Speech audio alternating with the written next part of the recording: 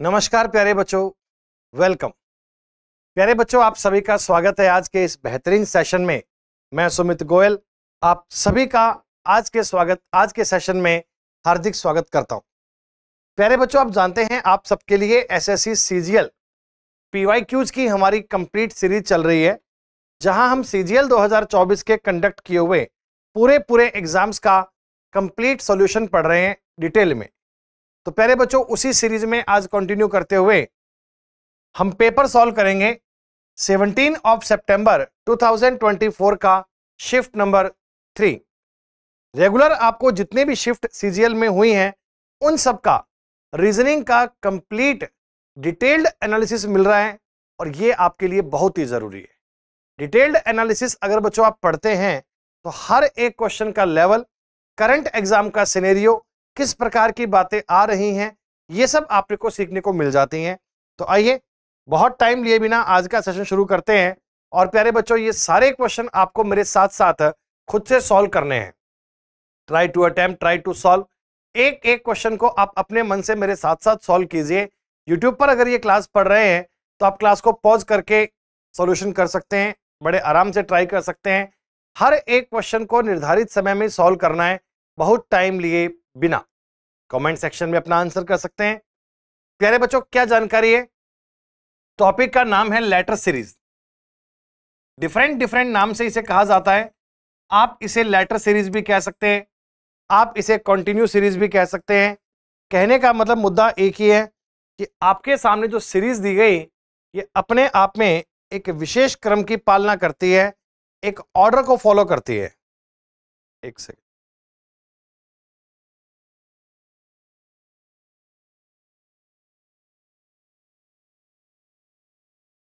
ये एक विशेष ऑर्डर को फॉलो करती है और हमने उस ऑर्डर को ट्रेस करना है। करें कैसे भाई? सबसे पहले तो आप इन्हें काउंट कीजिए, टोटल ये फैक्टर, ये नंबर हैं कितने। जैसे 1 2 3 4 5 6 7 8 9 10 11 12।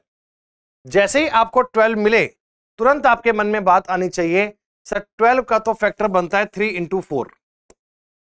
या तो ये 3 के 4 फैक्टर होंगे या 4 के 3। बात यह है कि लेटर लिखे कम है, मिसिंग ज्यादा है। तो आप एक बार 3 में ब्रेक करके देखो। हमें ऐसा चेक करना होगा 3 में देखकर। और जब मैं 3 में ब्रेक करता हूं, काफी हद तक समानता मिल रही है। Second letter P, second P, second P. जब 3 जगह पर इतनी समानता मिल जाए तो मतलब सेकंड वाले पर तो पी ही आएगा। इसका मतलब इस बीच वाले ने आपको बता दिया कि जे डबल पी की सीरीज चल रही है।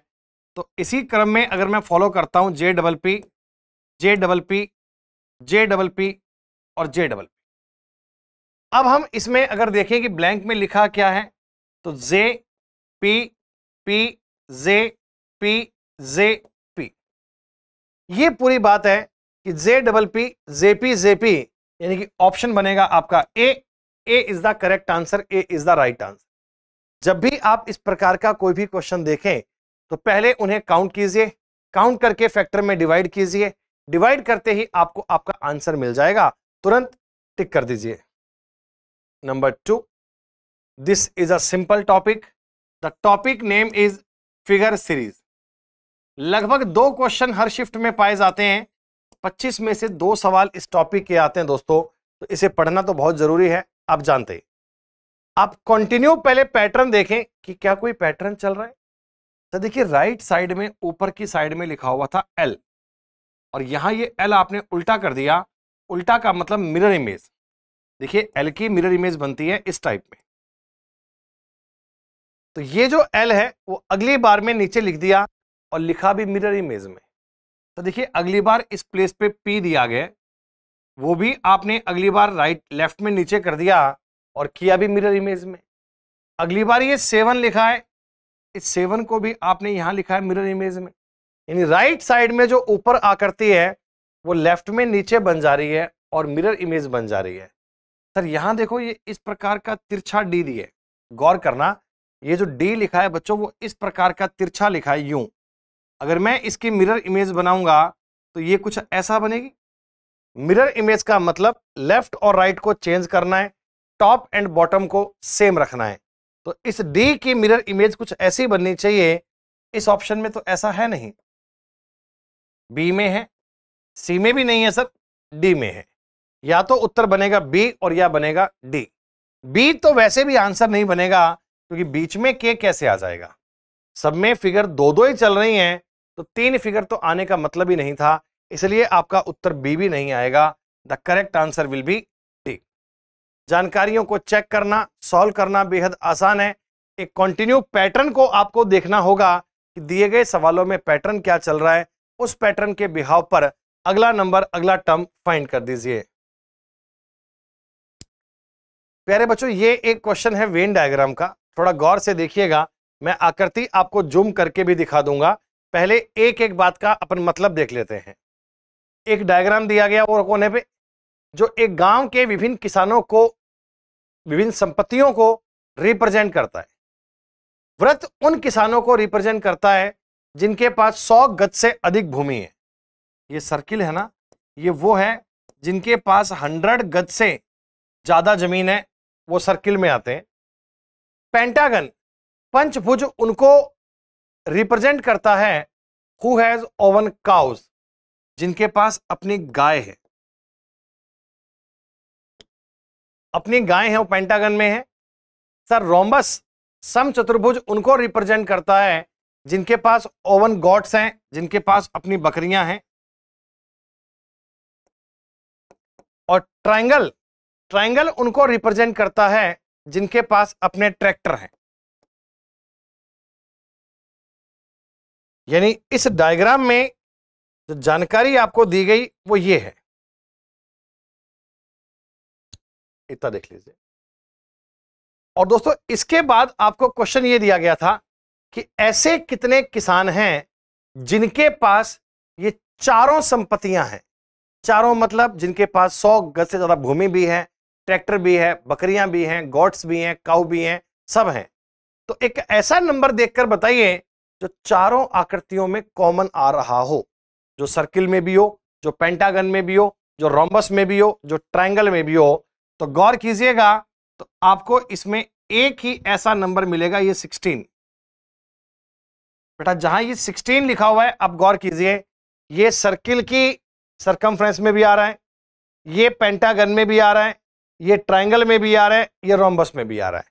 तो अगर इन सारी आकृतियों में कुछ कॉमन निकालूं तो कॉमन केवल एक ही चीज है, 16, और वही 16 आपके सवाल का उत्तर बन जाएगा। सारी चीजें किनके पास हैं? The correct answer will be 16। Common देखना था, कॉमन ट्राई करना था।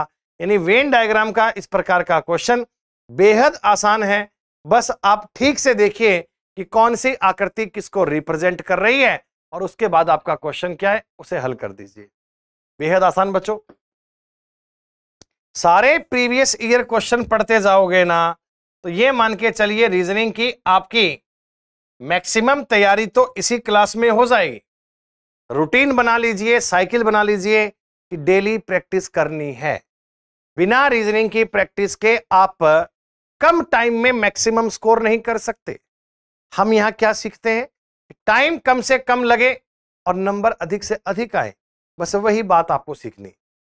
प्यारे बच्चों, क्वेश्चन का नाम है क्लासिफिकेशन। हम इसे ऑड वन आउट भी कहते हैं, वर्गीकरण भी कहा जाता है। क्लासिफिकेशन का मतलब होता है सर 4 में से 3 बातें एक जैसी होंगी, 100% ट्रू।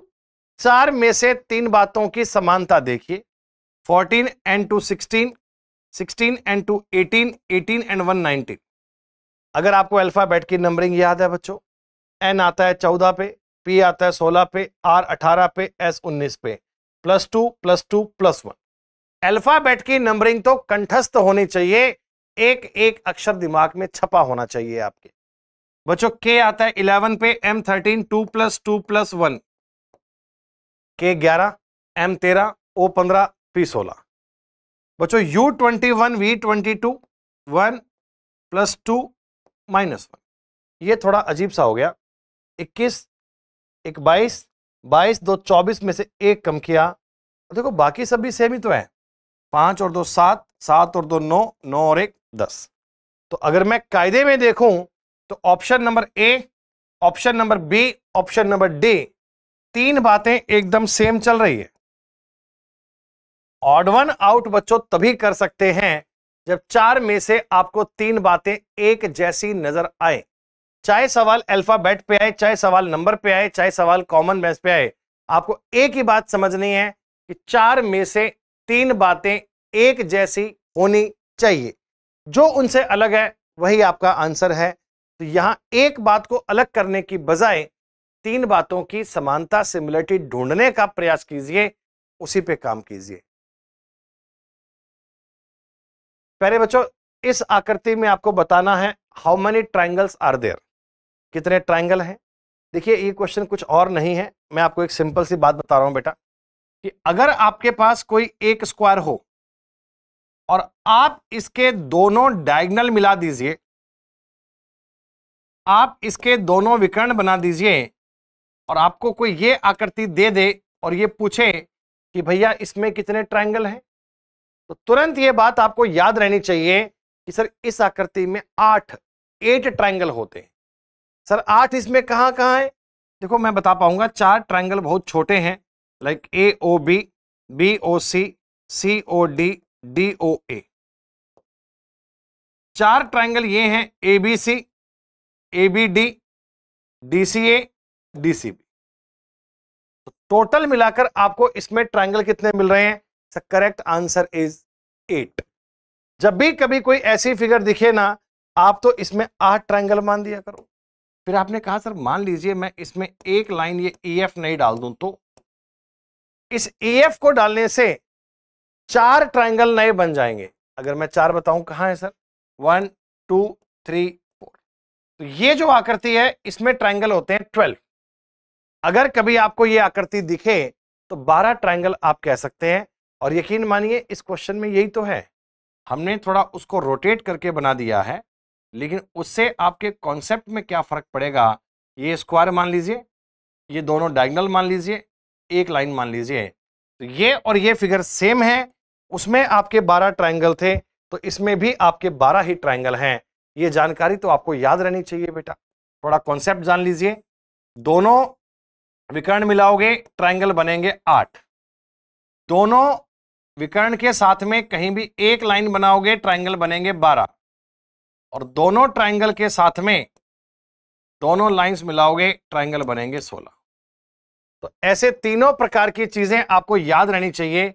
इस फिगर में ट्रायंगल होते हैं 8, इसमें 12, इसमें 16। तो ये जो फिगर है ये कुछ और नहीं है, ये मिडल वाली आकृति दी है, तो इसमें आपको 12 ट्रायंगल टिक करने आने चाहिए।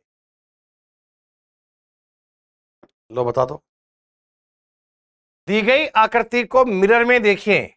बच्चों जब भी किसी आकृति की मिरर इमेज बनानी है, ध्यान रखना हमें आकृति का लेफ्ट और राइट चेंज करना है। मिरर इमेज का मतलब ये होता है कि आकृति का लेफ्ट और राइट चेंज कर दीजिए, टॉप एंड बॉटम में किसी प्रकार का चेंज नहीं करना। जो भी आकृति का टॉप है बॉटम है वो सेम रहेगा। अगर कुछ चेंज करना है तो वो है केवल लेफ्ट और राइट। बच्चों अगर मैं इस पूरी आकृति को ऑप्शन से देखूं तो भी बात बन जाएगी। आप गौर कीजिए, एकदम राइट साइड में M है तो एकदम लेफ्ट साइड में M आएगा, लेफ्ट साइड में M आएगा, पर M तो लेफ्ट राइट में चेंज होगा, D कैसे बन जाएगा? देन 2 भी लेफ्ट राइट में चेंज होगा, तो 2 एग्जैक्टली सेम नहीं बन सकता, 2 ऐसे उल्टा नहीं बन सकता, तो A और C भी आउट हो गए। उत्तर क्या बन गया? पूरी बात को चेक करने की भी नीड नहीं है, पूरे सवाल को लिखने की भी नीड नहीं है, डायरेक्टली ऑप्शन से चेक कीजिए। M 2 2। जब 3 ऑप्शन आउट हो गए हैं तो चौथा ऑप्शन उत्तर बन जाएगा और वही आपका आंसर है, वही करेक्ट आंसर है। और इन बातों पे दिमाग लगाने की आवश्यकता बिल्कुल भी नहीं है।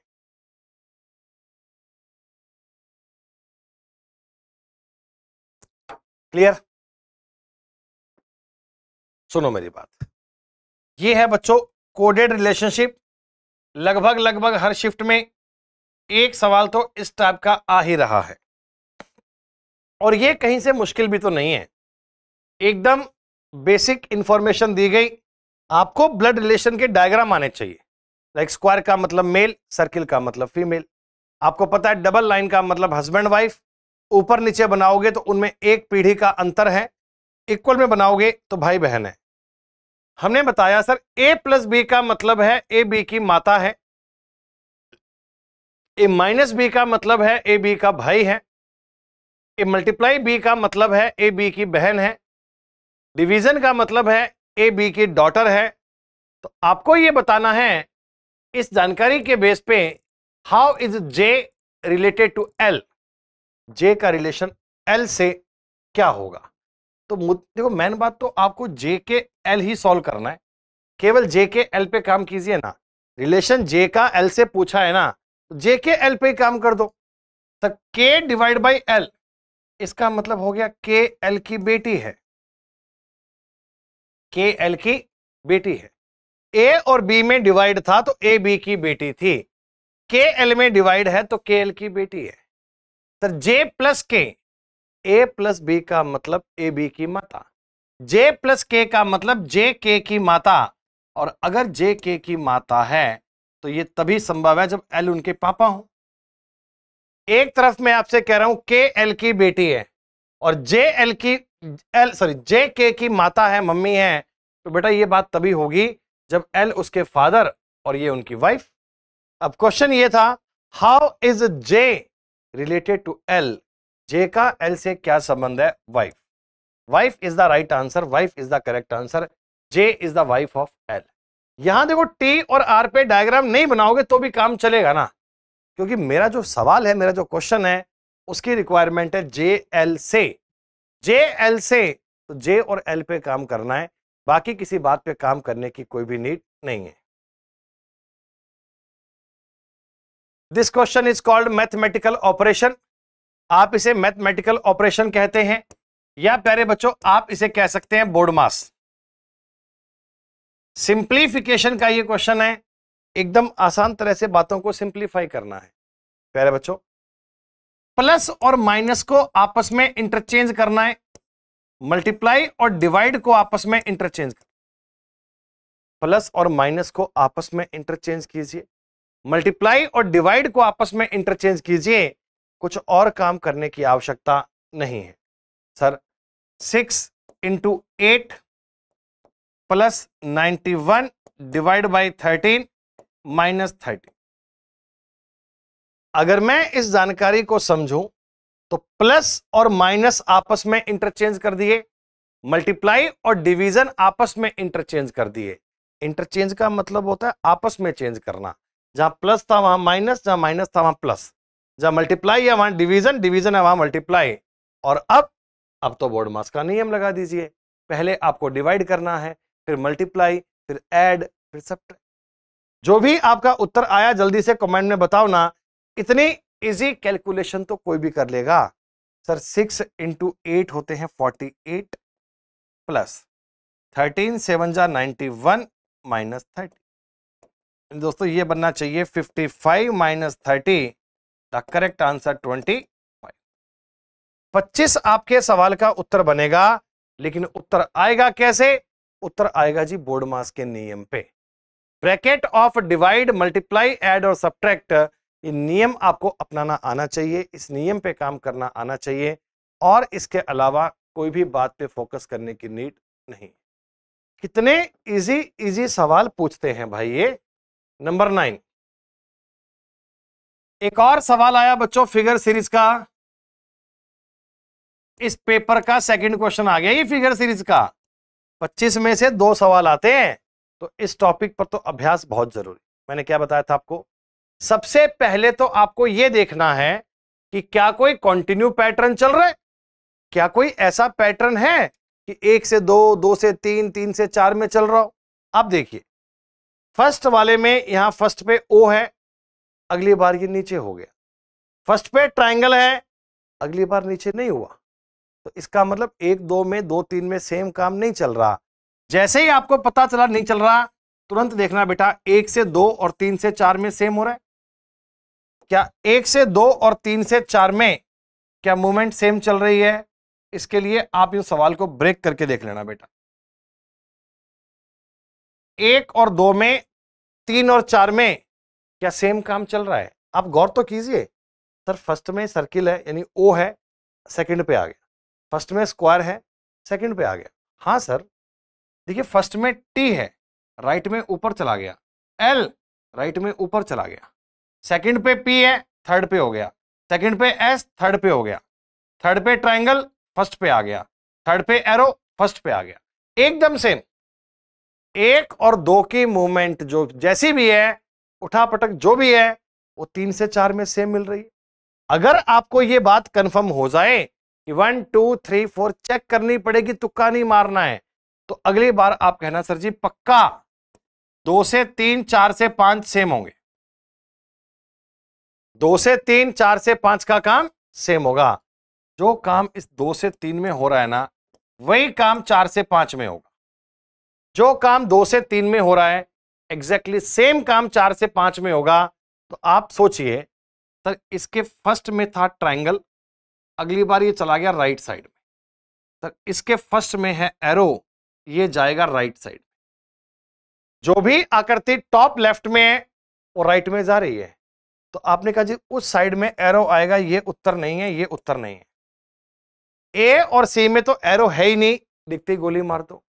अब आपको विचार करना है केवल ऑप्शन बी और डी पे।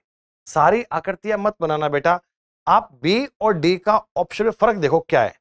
इसमें लिखा है पी, वहां भी है triangle, circle, T, third place पे टी है। सुनिए, ये तीसरा और चौथा अपनी जगह आपस में देखो चेंज कर रहे हैं। अगर मैं सेकंड से थर्ड को देखूं ना, तो थर्ड एंड फोर्थ पे पी और एरो था, इन्होंने जगह चेंज कर ली। यहां भी थर्ड फोर्थ पे एस टी था, तो बच्चों यहां टी आएगा, उसके बाद एस आएगा। तो टी और एस का पैटर्न बनेगा जो बन रहा है बी में, डी में ऐसा नहीं है। पी और एरो ने आपस में जगह चेंज करी, एस और टी आपस में चेंज करेंगे। Correct option option number B. किसी और बात को करने की नीड नहीं है, इतनी सी बात को वेरीफाई कीजिए। This is the correct answer, this is the right answer. Each and every question is very very simple. आप ये पैटर्न देख लेना, 1 से 2 का, 3 से 4 का अगर सेम मिल जाए तो 2 से 3 का, 4 से 5 का सेम होगा। मोस्ट रिपीटेड लॉजिक है, सबसे ज्यादा एग्जाम में, सबसे ज्यादा क्वेश्चन में यही काम आ रहा है। और अगर फिगर सीरीज का सवाल बनता है तो ज्यादा संभावना इसी की होती है। नंबर 10, फ्री के नंबर बटोर लो बेटा। लेटर सीरीज, अल्फाबेट की नंबरिंग दिमाग में छाप लेना। और मैंने कहा था ये एक सीरीज नहीं होती, तीनों अलग अलग लेटर को अलग अलग सॉल्व करना। जैसे जे आता है 10 पे, एल आता है 12 पे, एन आता है 14 पे, तो पी आएगा 16 पे +2। जो पहला अक्षर है बेटा वो 2 ऐड करके बनाया जा रहा है। फिर 11 10 9 8, सेकंड वाले में -1 का पैटर्न चल रहा है, k-1 J, j-1 i, i-1 p। तो लास्ट वाले में 2 माइनस चल रहा है, t-2 r, r-2 p, p-2 n। First वाले में 2+, बीच वाले में 1 माइनस, लास्ट वाले में 2 माइनस है। Correct answer PHN। तो करेक्ट ऑर्डर क्या बनना चाहिए?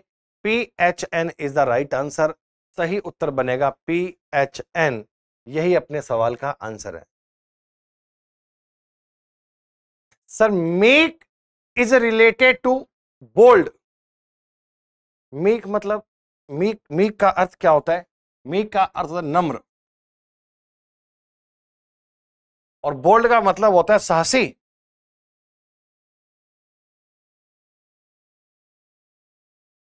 तो हमने कहा सर मीक और बोल्ड दोनों एक दूसरे के अपोजिट हो गए। एक तो नम्र आदमी है सर, जैसा कहा हाँ साहब ठीक है, हाँ साहब ठीक है, और एक साहसी daring, how can you do this, हाँ बोल्ड आदमी है। तो एक तो मीक और एक बोल्ड, दोनों आपस में एक दूसरे के अपोजिट।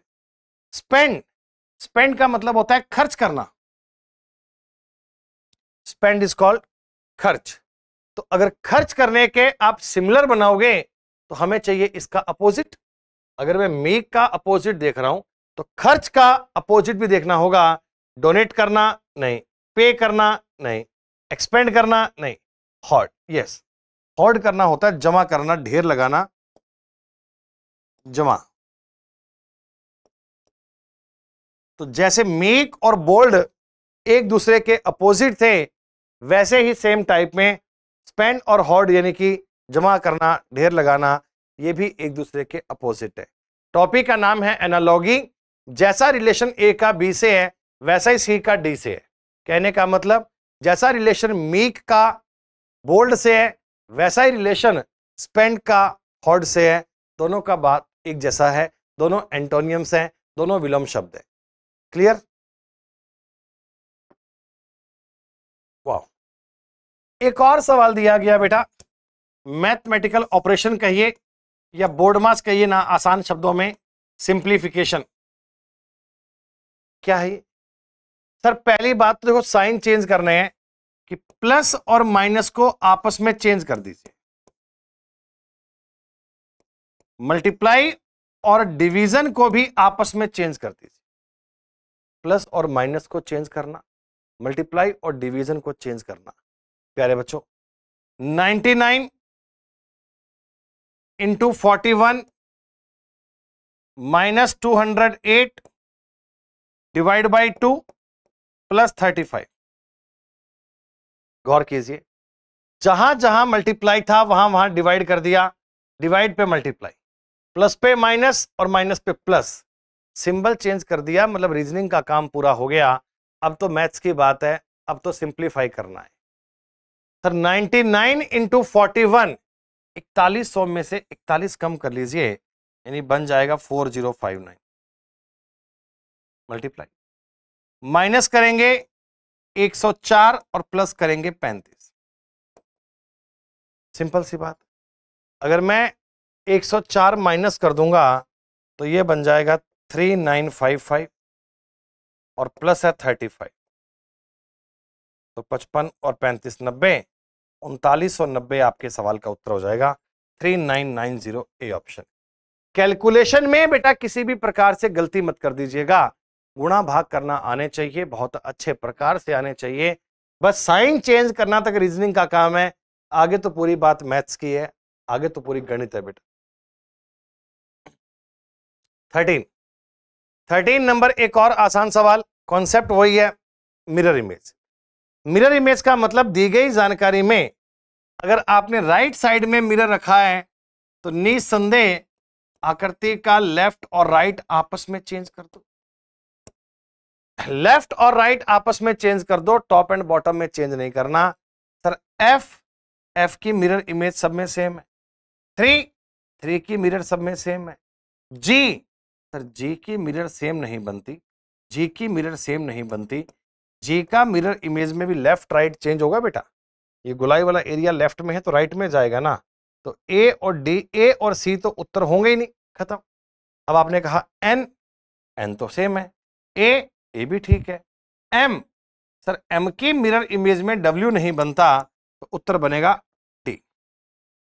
पेन उठाना नहीं है, एग्जाम में भी, ऑनलाइन एग्जाम दे रहे होंगे आप, स्क्रीन पे ये सवाल होगा, तो ऐसे ऑनलाइन स्क्रीन पर देख के ट्राई करना कि ऑप्शन ए आउट हो गया, बी आउट हो गया, सी आउट हो गया, डी आंसर बन गया। पेन उठा के लिखने लगोगे, आकृति सेम ना बन पाएगी, तब भी आपसे डाउट आएगा। तो आप जब भी ऐसा कोई सवाल करें, paper folding, cutting, mirror image, water image, इनको ऑप्शन से किया करो, पेन उठा के सॉल्व करने की कोई नीड नहीं। आप जानते हैं प्यारे बच्चों, आपका जो ये एग्जाम है, ये केवल एक्यूरेसी की बात नहीं है, साथ में टाइम भी तो मैटर करता है। स्पीड और एक्यूरेसी का बैलेंस बनेगा तो ही आप पास कर पाएंगे। आपको इस एग्जाम में भारी कंपटीशन देखने को मिलता है, लेकिन कंपटीशन इतना भी नहीं है जितना आप यूं एज्यूम करें कि एग्जाम पास ही नहीं होगा। बस एक बात पे फोकस रखना कि पहला आपका जो विचार है, अब आप पढ़ने लगे हैं तो आपको होना चाहिए कॉन्सेप्ट की क्लियरिटी। जब कॉन्सेप्ट आपको समझ में आ जाए, फिर अपना काम है प्रैक्टिस करना। कि ठीक वैसा ही है बच्चों कि आप कार चलाना सीखते हैं तो पहले हमारा फोकस होता है कि कार के कॉन्सेप्ट समझो, कहाँ गियर है, कहाँ रेस है, कहाँ क्लच है, कहाँ ब्रेक है, कैसे लगाना है, कैसे गियर लगाना है, कैसे ब्रेक लगाना है। जब आप इन सब बातों में कंफर्ट हो जाएं, फिर हम फोकस करते हैं स्पीड पे, फिर सोचते हैं कि अब गाड़ी 100 के पार चलनी चाहिए, तो स्पीड एक बाद की बात है, पहली कमांड होनी चाहिए कॉन्सेप्ट पे। अब मान लीजिए आपको कार के बेसिक्स नहीं पता, आपको ये नहीं पता कि भैया ब्रेक कैसे लगना है, गियर कैसे लगना है, आप कह रहे हो स्पीड, सर स्पीड चाहिए, स्पीड स्पीड चाहिए, स्पीड, तो क्या होगा? एक्सीडेंट होगा, दुर्घटना होगी। यही सवालों में होता है। बच्चे इनिशियल केस में स्पीड स्पीड स्पीड करते हैं, कॉन्सेप्ट तो पता ही नहीं है। अरे मेरे भाई, बिना कॉन्सेप्ट के स्पीड क्या करोगे? तो बिना कॉन्सेप्ट के ट्रिक पे नहीं चलना, पहले कॉन्सेप्ट सीखो, उसके बाद स्पीड बन जाएगी, उसकी चिंता मत करो, उसके लिए हम हैं। This is analogy set based questions. बच्चों सेट वाले सवाल क्या होते हैं? अरे बड़ा आसान काम है सर।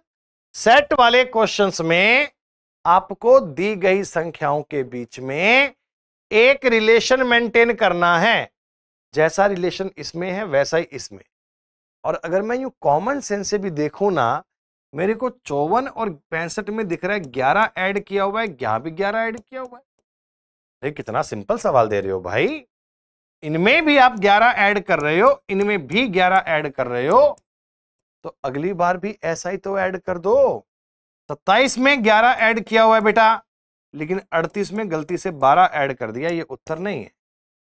यहां मैंने 10 ऐड कर दिया, यहां मैंने बेटा 12 ऐड कर दिया, ये भी आंसर नहीं है। 38 में हमने 11 ऐड किया है, 49 में भी 11 ऐड किया है, उत्तर बी है।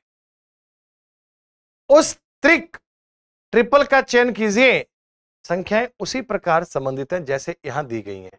तो उनमें 11 11 का डिफरेंस था, सेम लॉजिक सवाल में दिया गया, उत्तर यही बने। कितने आसान क्वेश्चन है ना। लो ये करो, कोडिंग डिकोडिंग का सवाल है। कोडिंग डिकोडिंग आप जानते हैं बच्चों, एक नाम को स्पेशल तरीके में कोड किया जाता है, उसी प्रकार में एक और भी कोड दिया गया। तो ट्राई कर दीजिए क्या जानकारी होनी चाहिए।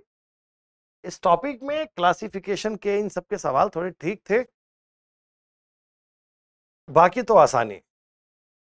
ओएसिस, OASIS, इसका हमने कोड किया है RJTBN। एक और कोड किया है OBES, कोड किया है DTFC।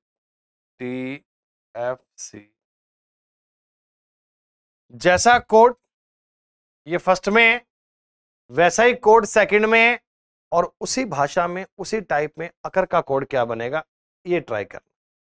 तो आप जरा देखिए, क्या आपको आसपास के अक्षर मिल रहे हैं?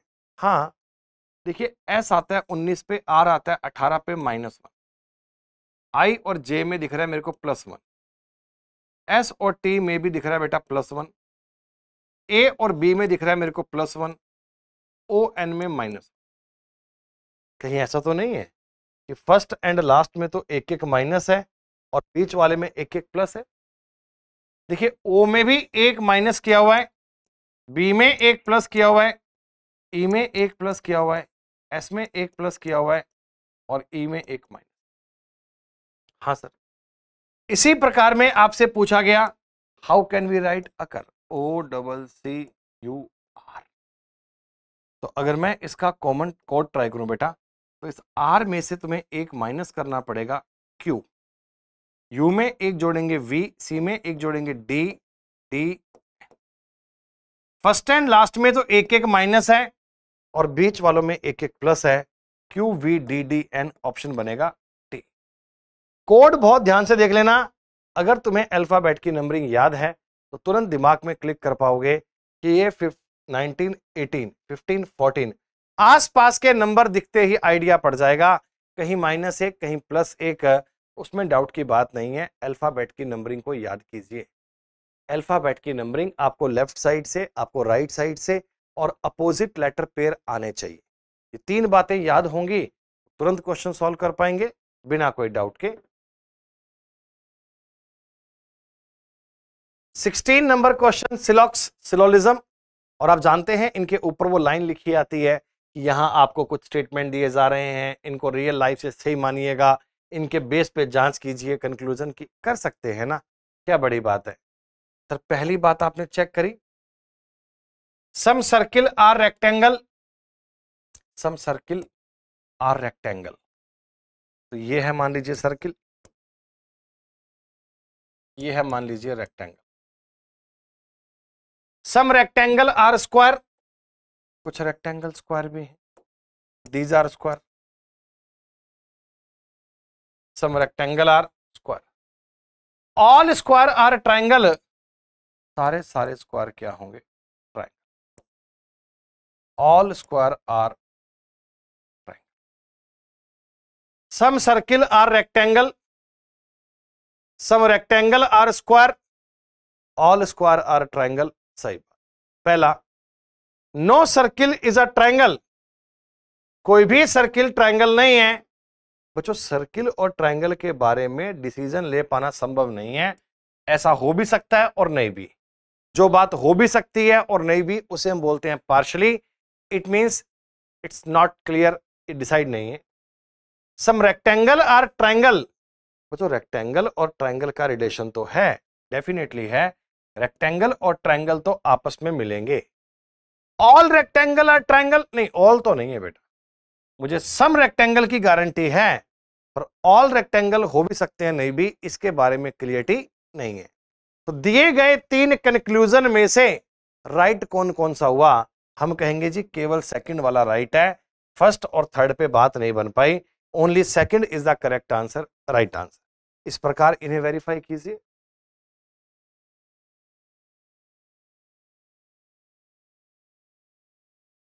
टॉपिक का नाम है वर्ड अरेंजमेंट।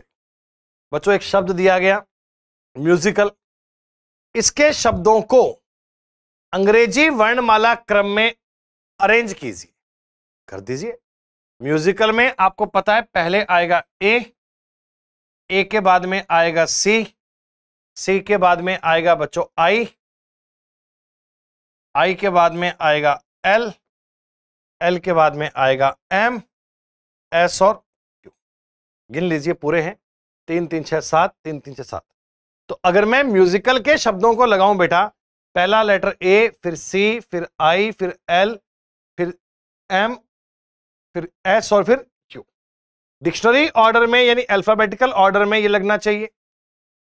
अब कह रहे हैं जी बाएं छोर से तीसरा, this is left corner right corner, बाएं छोर से तीसरा है आई, दाएं छोर से तीसरा है एम, के बीच में अंग्रेजी वर्णमाला में, यहां नहीं, इसमें नहीं, इंग्लिश अल्फाबेट में, अंग्रेजी वर्णमाला में आई और एम के बीच में कितने अक्षर होते हैं? How many letters between I and M?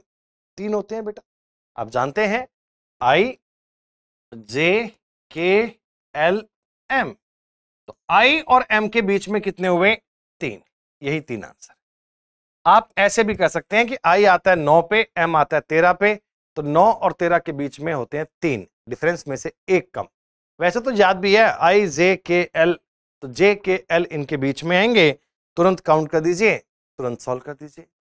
जानकारियां बेहद आसान है, बस पल्ले पड़नी चाहिए बात। करो ट्राई। लेटर और नंबर सीरीज को मिक्स कर दिया तो क्या हो गया सर? पहला अक्षर देखोगे Y, X, W, V, sir U बनेगा, इसका मतलब 1 1 माइनस 25, 24, 23, 22, 21। सेकेंड अक्षर मैच करोगे एल, के, जे, आई, एच, ये भी तो 1 1 माइनस चल रहा है, 12, 11, 10, 9। सर यू एच वाला हमारे पास 2 ऑप्शन है, अभी और भी ट्राई करना होगा। 93 में से 5 माइनस कीजिए 88, 88 में 5 माइनस कीजिए 83, 5 माइनस कीजिए 78, 5 माइनस कीजिए 73। The correct answer UH 73। आप पेपर में सवाल कर रहे होंगे तो डायरेक्टली आप नंबर देखकर भी कर सकते हैं ना, 5 कम 5 कम 5 कम 5 कम 73, 73 एक ही ऑप्शन में है, तो टिक करके आगे बढ़ सकते हैं, कोई बुराई नहीं है। नंबर 19, ये है बच्चों इस टॉपिक का एक अच्छा सवाल, एक बढ़िया सवाल। इसमें है क्लासिफिकेशन यानी कि आप जानते हैं हिंदी में इसे अपन बोलते हैं वर्गीकरण। और ऊपर साफ साफ आपको लिखकर भी दिया है कि भैया 4 चीजों में से 3 बातें किसी पर्टिकुलर वे में एक जैसी हैं। 4 में से 3 बातें लगभग लगभग एक जैसी हैं। आपको उसमें सिमिलरिटी बनानी है, आपको देखना है कि क्या रिलेशन होना चाहिए, क्या जानकारी बननी चाहिए। क्या समझ में आएगा? हाँ, देखिए सवाल इसको आप कई तरीके से कह सकते हैं, बाकी मैं समझा रहा हूं आपको।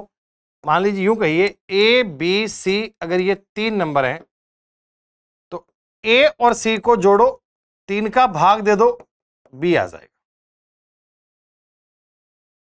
मेरे को दिमाग में आइडिया यहां से आया कि 33 और 12 होते हैं 45। 45 में 3 का भाग दो दोस्तों तो बनेगा 15। ये लिखा हुआ है बीच में। यहां भी देखिए, अगर मैं 52 और 56 को जोड़ूंगा प्यारे बच्चों, ये बनेगा 108। 108 में 3 का भाग दोगे 36 आएगा।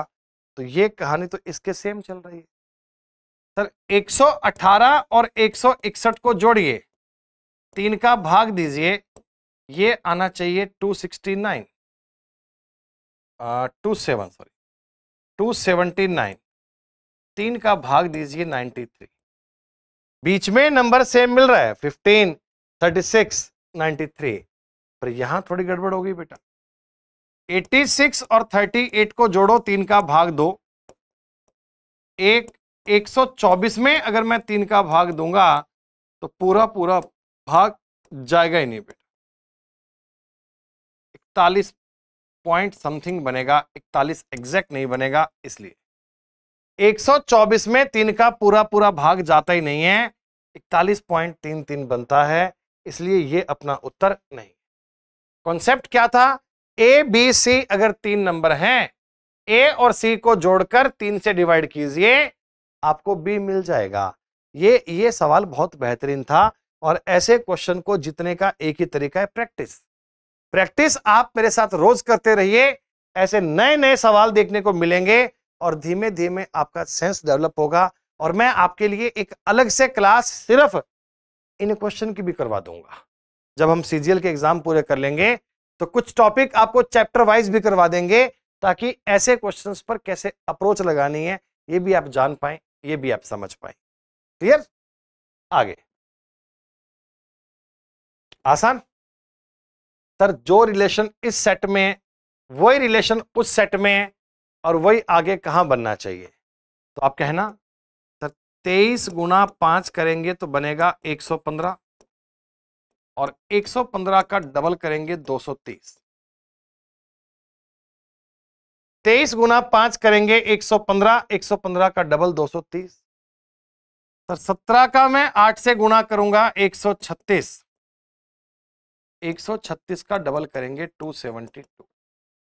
मुद्दे की बात मैं ये कह सकता हूं कि अगर 3 नंबर हैं ए बी सी, तो सर मैंने ए इंटू सी किया और जितना भी आया इसका 2 से मल्टीप्लाई किया तो बी आया। ए इंटू सी इंटू 2, तब जाकर बी मिला। तो बेटा यहां पे अगर मैं 14 गुणा 5 करूंगा 70, 70 का दुगना करूंगा तो 140 आता है। यहां लिखा है 3 गुना। सर 16 गुना 7 भी करने की नीड नहीं है, 18 ये बन जाएगा। सर 19 गुना 8 करूंगा 152, और इसका डबल करूंगा 304। सेम लॉजिक आपको ऑप्शन डी में मिल रहा है। डी के अलावा किसी और में भी डबल जैसी कोई बात नहीं है। 3 गुना 4 गुना हो सकते हैं, पर मेरे को तो डबल चाहिए ना। डबल केवल मिलेगा डी में। D is the right answer, D is the correct answer. प्यारे बच्चों 21 नंबर क्वेश्चन एक बहुत ही शानदार सवाल है। 17 और 67 में कोई रिलेशन है, वही रिलेशन 21 और 79 में। कहने का मतलब 17 और 67 किसी प्रकार आपस में जुड़े हुए हैं। हो सकता है बच्चों आपके दिमाग में पहली बात यही आए कि सर 17 गुना 4 करते हैं -1 कर लेते। मेरे मन में भी यही आया था, 17 गुना 4 68 -1। फिर मैं यहां देख रहा हूं तो 21 गुना 4 -1 पे बन ही नहीं रहा। 21 गुना 4 हो रहा है 84, माइनस 1 करूंगा 83। इसका मतलब बात तो अलग हो गई, और ऐसा तो मुमकिन नहीं है बेटा। एनालॉजी के क्वेश्चन में ऐसा कभी नहीं होता कि लॉजिक यहां अलग है यहां अलग है, नहीं सर। जैसा काम आपने इधर किया है सेम काम यहां करोगे, तो गुणा 4 पे तो बात नहीं बनी, गुणा 4 पे नहीं बनी। तो आपने कहा क्यों ना ऐसा कर लें, 17 गुणा 3 करें 51, 51 में ऐड कर लें 16। भाई 17 गुणा 3 किया 51, 51 में ऐड किया 16, 67। 21 गुणा 3 करूंगा 63, 63, उसमें 16 ऐड करूंगा 79। आपने किससे मल्टीप्लाई किया, कितना ऐड किया, उससे फर्क नहीं पड़ता, पर ये और ये पॉइंट तो सेम होने चाहिए। आप देख लीजिए, मैं थोड़ा आपको ये बोल देता हूं कि पहले हमने क्या करा, 17 को 3 से गुणा किया बेटा 51, और इसमें 16 ऐड कर दिया तो हो गया 67। यहां भी हमने सेम काम किया, 21 को 3 से मल्टीप्लाई किया तो हो गया 63, 16 इसमें ऐड कर दिया तो हो गया 70। अभी सेम काम कहां करेंगे, पहले 3 से मल्टीप्लाई करना, फिर 16 ऐड करना, 3 से मल्टीप्लाई करना, 16 ऐड करना। यहां देखो 34 इंटू 3 होते हैं 102, 102 में अगर 16 ऐड करेंगे बेटा 118। जी हां सर, बी ऑप्शन मेरे को एग्जैक्टली सेम लॉजिक बता रहा है, हूबहू लॉजिक मिल रहा है, बाकी किसी में नहीं है। 33 गुणा 3 99, उसमें 11 ऐड किया हुआ है। 42 गुणा 3 126, उसमें से तो आप 26 माइनस कर रहे हैं। 23 गुणा 3 69, ऐड करना भूल गए। एग्जैक्टली सेम लॉजिक किसी एक ही जगह पे मिलेगा, और इसी को ट्रेस करना, यही तो काम है, यही तो खेल है। नंबर सीरीज, और नंबर सीरीज भी ऐसी कि नंबर बड़े आसपास के हैं, बड़े क्लोज हैं। बच्चों अगर मैं इतनी क्लोज सीरीज का डिफरेंस देखूं, बात समझ में आ रही है। इनमें डिफरेंस है 41 का, घटाया है मैंने सिंपल। इनमें आपके सामने डिफरेंस है 37 का, इनमें आपके सामने डिफरेंस है 31 का, और इनमें मुझे दिख रहा है 13, 16, 29 का डिफरेंस। डिफरेंस दिख रहा है बच्चों 41, 37, 31, 29, तो तुरंत आप कहिएगा सर अगली बार डिफरेंस आएगा 23। उत्तर बनेगा 1064। यस। अब मन में आपके एक सवाल आ सकता है कि ये क्या पैटर्न हुआ, 41, 37, 31, प्राइम नंबर। पहले भी आपने पेपर सेट में बात की है, कई शिफ्ट में ये लॉजिक दिया गया था, अभाज्य संख्या। Sir these are prime number. अभाज्य संख्याएं क्या होती हैं, ऐसी संख्याएं जिनके केवल 2 फैक्टर होते हैं, एक नंबर 1, एक नंबर इटसेल्फ। ये नंबर कौन से होते हैं बेटा, 2, 3, 5, 7, 11, 13, 17, 19, 23, 29, 31, 37, 41, देन 43, 47 आगे भी होते हैं, लेकिन हमें केवल इतने लिखने एक बार। देखो ये रहा 41, फिर 37, फिर 31, 29 और 23। अब आगे भी कोई पूछे बाय चांस मान लीजिए, तो 19 कम करेंगे। प्राइम नंबर का ऑर्डर बड़ा जरूरी है, ध्यान रखिएगा। कोडिंग डिकोडिंग में सवाल अच्छे नहीं बने तुमसे कोई, है? इतने फर्जी क्वेश्चन दे रहे हो भैया। RUZ, एटलीस्ट सवाल तो लिखते बड़ा। RUZ का कोड किया है कोडिंग लैंग्वेज में EPS। SIT का हमने कोड लिखा है RQZ। प्यारे बच्चों आपका एक ही काम है, आसपास के अक्षर देखा करें, नियर बाई आसपास के अक्षर। तो क्या मैं देख पाऊंगा 7 और 5 में देखो 2 माइनस है, यहां भी तो मिल रहा है 20, 18 में 2 माइनस। भाई जैसा कोड यहां है वैसा ही तो कोड यहां है। आपने कहा सर 18 में 2 कम करेंगे 16, 21 में 2 कम करेंगे 19। हाँ 2 2 माइनस 2 माइनस, यहां भी तो टी में 2 माइनस किया सर, 19 में 2 माइनस किया 17, 9 में 2 माइनस किया जी। हर अक्षर में किया तो 2 2 माइनस है, पहले लिखा है लास्ट, फिर फर्स्ट, फिर सेकंड। ऐसे ही आपको अगर COP का कोड चाहिए तो भैया जैसा कार्यक्रम फॉलो कर रहे हो का भैया सेम ही तो अपनाओगे, इधर आपने 2 माइनस करना है तो n बनेगा, फिर से यहां पे 2 माइनस कीजिए तो a बनेगा, फिर से आप 2 माइनस कीजिए तो m बनेगा, NAM उत्तर बनेगा। अल्फाबेट की नंबरिंग को याद कर लेना, आसपास के अक्षर जान लेना, अल्फाबेट की नंबरिंग याद तो क्वेश्चन भी आसान। 24 डाइस। बच्चों एक डाइस दिया गया, इसमें आपको 6 शब्द दिए हुए हैं, hand, leg, eyes, nose, mouth, ear. कोई बात नहीं, हिंदी में मैंने नाम लिख दिए। अब इस पर देखो, हम डाइस में एक नियम जानते हैं, अगर एक सरफेस कॉमन है एक, तो कॉमन से स्टार्ट कीजिए, क्लॉकवाइज मूव कीजिए। अगर बच्चों मैं फर्स्ट में देखूं हैंड, लेग्स, आईज, थर्ड में लेग, नोज, माउथ, तो फर्स्ट वाले डाइस में और थर्ड वाले डाइस में आपको कॉमन मिल रहा है लेग। लेग क्लॉकवाइज घूमेंगे, हैंड, आईज, उसमें भी लेग, कॉमन से स्टार्ट करना है, माउथ, नोज।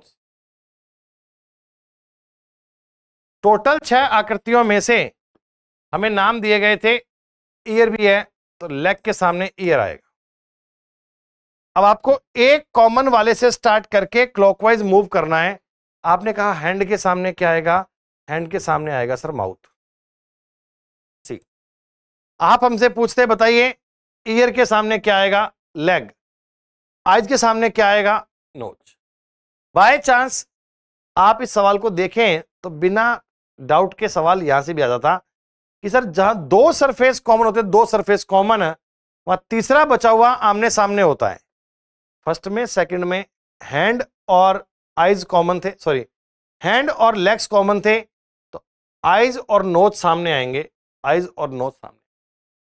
सेकंड और थर्ड में कॉमन क्या था, एक तो लेग एक नोज, एक लेग एक नोज, लेग एक नोज कॉमन है, तो तीसरा बचा हुआ सामने आएगा, हैंड और माउथ आएंगे सामने।